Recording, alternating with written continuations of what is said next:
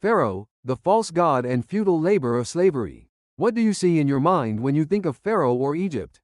Along with the great pyramids, Egyptian gods and goddesses, gold and abundance, the Nile River are what I see. Growing up, I was also fascinated by the history of Egypt and stayed up late for school projects about Egypt.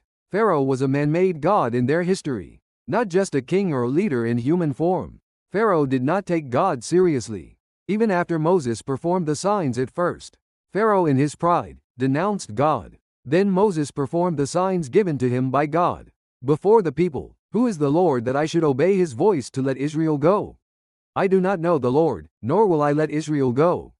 Israelites also grew accustomed to Pharaoh and slavery in return for food and shelter from Egypt. Like many of us who are stuck in the day-to-day life, living paycheck to paycheck, they often complained to Moses when they ran out of water or food, crossing the wilderness into the promised land. But the king of Egypt said to Moses and Aaron, "Why do you take the people away from their work? Get back to your burdens." It's worthy to note that Pharaoh repeatedly calls Israelites idle and lazy when he is oppressing them with more and more labor.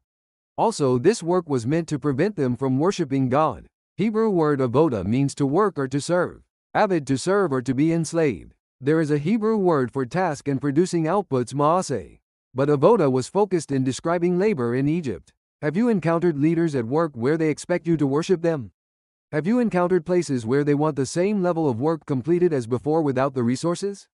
As it is not about work or product, but about spiritual control, one that opposes God. You will no longer give the people straw to make brick as before, but the number of bricks which they were making before, you shall still require of them. You are not to reduce it in the least, for they are idle and lazy. That is why they cry, "Let us go and sacrifice to our God." Let labor be heavier on the men, and let them work at it so that they will pay no attention to their God's lying words. Exodus. But Pharaoh said, "You are lazy, very lazy and idle.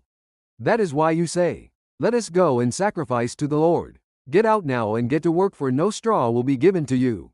Yet you are to deliver the same quota of bricks." When Pharaoh saw they wanted to worship the Lord, he increased labor and oppression to stop it. In Egypt, Pharaoh was to be worshipped like a god, and true God was interfering with Pharaoh's ego. "The Lord is my strength and my defense. He has become my salvation. He is my God, and I will praise him. My father's God, and I will exalt him." Chapter 2 Pharaoh. Like and follow for more. Chapter 1 Moses, now available on Gumroad and Amazon Kindle.